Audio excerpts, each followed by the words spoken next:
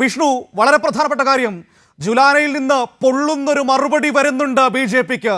Vinesh Phogat Paris ഒളിമ്പിക്സിന്റെ ലോകവേദിയിൽ ആ പെൺകുട്ടിയെ ചതിച്ചവരൊക്കെ കയ്യും കെട്ടി നോക്കി നിന്നോളൂ, ദാ പുഞ്ചിരിച്ചുകൊണ്ട് തല ഉയർത്തിക്കൊണ്ട് പൊള്ളുന്നൊരു മറുപടി, പകയുടെ തിളക്കമുള്ളൊരു മറുപടി നൽകുന്നുണ്ട് ജുലാനയിൽ വിനേഷ് ഫോഗട്ട്. വൻ ലീഡിലേക്ക് പോകുന്നു എന്നാണ് മനസ്സിലാക്കാൻ വേണ്ടി കഴിയുന്നത്. ഒരിക്കലും പക അത് വീട്ടാനുള്ളത് എന്ന് തന്നെയാണ് എന്ന് തെളിയിക്കുകയാണ് വിനേഷ് ഫോഗട്ട്.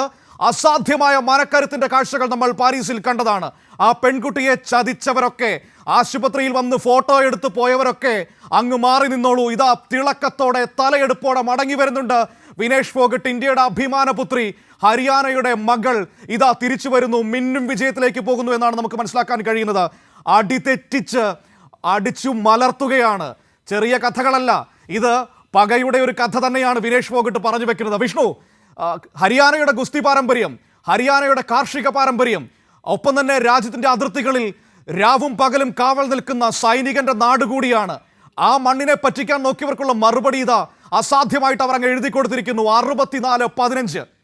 ഇതിൽ കൂടുതൽ മനോഹരമായ ഒരു കാഴ്ച സമീപകാലത്ത് പ്രതിപക്ഷ കൂട്ടായ്മയ്ക്ക് കിട്ടിയിട്ടുണ്ടാവില്ല. മനു, തീർച്ചയായിട്ടും അത്തരത്തിൽ തന്നെയാണ്. ഹരിയാനയിൽ ബി ജെ പിക്ക് വലിയ തിരിച്ചടി, ബി ജെ പിക്ക് കൈ പൊള്ളുന്നു എന്ന് തന്നെ നമുക്ക് പറയേണ്ടി വരും. കോൺഗ്രസ് 64 സീറ്റിൽ ഹരിയാനയിൽ മുന്നിട്ട് നിൽക്കുന്നു. ബി ജെ പി അവിടെ തകർന്നടിയുന്നു, 15 സീറ്റിലേക്ക് തകർന്നടിയുന്നു. എക്സിറ്റ് പോൾ പ്രവചനത്തിലും താഴേക്ക് ബി ജെ പി പോകുന്ന ഒരു സാഹചര്യം തന്നെ നമുക്ക് ഹരിയാനയിൽ പറയേണ്ടി വരും. ഹരിയാനയിൽ ഏറ്റവും പ്രധാനമെന്ന് പറയുന്നത് വിനേഷ് ഫോഗട്ട് വലിയ ഒരു ലീഡിലേക്ക് മുന്നിട്ട് നിൽക്കുന്ന സാഹചര്യമുണ്ട്.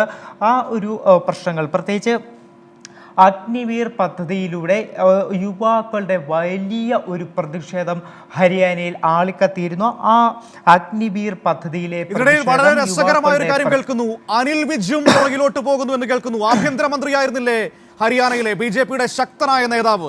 ഇപ്പോൾ അനിൽ വിജ് അംബാലയാണെന്ന് തോന്നുന്നു, അംബാലയല്ലേ?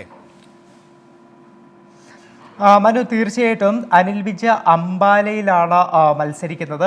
അനിൽ വിജ് തുടക്കത്തിൽ ഒരു ലീഡെടുത്ത സ്ഥാനാർത്ഥിയാണ്. ഇത്തവണ ഇവിടെ ഹരിയാനയിൽ അനിൽ വിജിനെതിരെയും വലിയ പ്രതിഷേധങ്ങൾ നമ്മൾ കണ്ടതാണ്. ഒരു ഘട്ടത്തിൽ അനിൽ വിജിനെ താൻ ഈ ഒരു പ്രചരണത്തിനെത്തുമ്പോൾ അവിടെ കരിങ്കോടി പ്രതിഷേധം കൊണ്ട് തൻ്റെ റാലി പകുതിക്ക് നിർത്തി അനിൽ വിജിന് തിരിച്ചു പോകേണ്ട ഒരു സാഹചര്യം ഇത്തവണ നമ്മൾ കണ്ടതാണ്. അപ്പോൾ അത്തരത്തിലുള്ള ശക്തമായിട്ടുള്ള പ്രതിഷേധങ്ങൾ ഹരിയാനയിൽ അലയടിച്ചിരുന്നു. അതിൻ്റെ ഒരു പ്രകമ്പനം തന്നെയാണ് ബി ജെ പിക്ക് ഇപ്പോൾ അനുഭവിക്കേണ്ടി വരുന്നത്. ബി ജെ പി 15 സീറ്റുകളിലേക്ക് മാത്രം ചുരുങ്ങുന്ന ഒരു കാഴ്ചയാണ് നമുക്കിപ്പോൾ ഹരിയാനയിൽ കാണാൻ കഴിയുന്നത്. അത് നമ്മൾ തുടക്കം മുതൽ തന്നെ പറയുന്ന പോലെ ഈ നിരവധി വിഷയങ്ങൾ, കർഷക പ്രക്ഷോഭം, യുവജനങ്ങളുടെ പ്രക്ഷോഭം, അഗ്നിവീർ, ഈ ഗുസ്തി താരങ്ങളുടെ സമരം, ഹരിയാന നമുക്കറിയാവുന്ന പോലെ ഗുസ്തി